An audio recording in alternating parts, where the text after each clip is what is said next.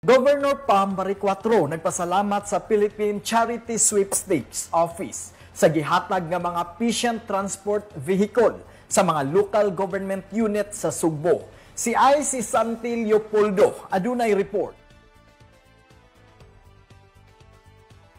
Ni Governor Pam Bariccuatro, formal na gitugyan ni PCSO Charity Assistance Department Manager Dr. Orlando Malaca ang 8 ka mga patient transport vehicle ngadto sa mga benepisyaryo nga local government unit. Nakadawat sa patient transport vehicle ang Lapu-Lapu City, Mandawi City ug Naga City. Ingon man ang mga lungsod sa Consolacion, Asturias, Alegria ug mga isla nga munisipalidad sa Puro ug San Francisco sa Camotes. Gihatag ang maong mga patient transport vehicle anang sa paspas nga transportasyon sa mga emerhensiya nga pangahinahanglan.